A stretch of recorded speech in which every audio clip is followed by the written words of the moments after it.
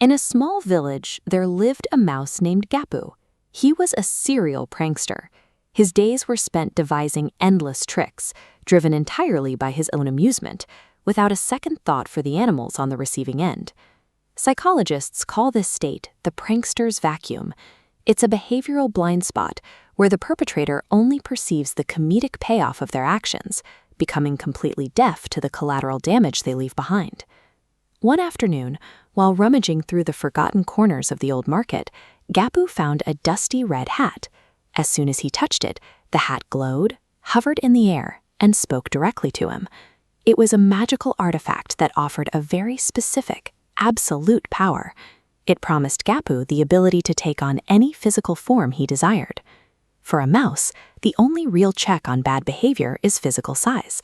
So we have to ask, what happens to a community when a chronic prankster's only limitation is instantly erased? Gappu's first instinct was local intimidation. He put on the hat and transformed into a cat, aiming straight for dominance over his immediate peers. The reaction was instant. The local mouse community scattered in absolute terror, while Gappu strolled through the alleyways, laughing at his newly acquired authority. But the thrill of a scare always fades. This chart shows escalation dependency. The baseline threshold shifts upward. The perpetrator requires a progressively lurid reaction to feel the same satisfaction. Gappu hit that higher tier. To get a bigger reaction, he transformed into a parrot, targeting the villagers. He flew to the roof of the village temple, perching high above the square.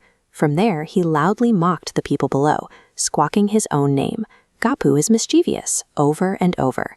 His antics now reached into every home, disrupting the quiet of the village temple and exhausting the patience of the entire community. Unchecked attention-seeking never stays localized. Without internal boundaries to stop it, the behavior naturally graduates from harmless intimidation to a full-scale public nuisance. Driven by an insatiable appetite for the ultimate reaction, Gappu put on the hat a third time and became a massive elephant. The physical weight of his new form caused immediate, real-world damage. Children began to cry in the streets, local trade completely halted, and shopkeepers desperately barricaded their doors to protect their livelihoods. Daily life in the village stopped. With a giant looming over the square, the streets fell silent, leaving the community in a state of forced hibernation as families stayed hidden behind locked doors. High up in his elephant form, Gappu looked down at the chaos. The laughter caught in his throat. For the first time, he clearly saw the sheer terror he had manufactured. As he watched the trembling shopkeepers and heard the sobbing from the houses, the humor of the situation vanished, replaced by the weight of the damage he'd actually caused. Wielding absolute power without possessing the empathy to guide it doesn't make someone a comedian. It makes them a systemic threat to their own community. Recognizing the damage he caused, Gappu made his choice. He reached up and voluntarily removed the magical hat, fully relinquishing his absolute physical power. Standing before the paralyzed village, he made a public vow of accountability. He promised that his days of causing mischief were over, and from now on he would use his energy to help them rebuild. The hat intervened one last time.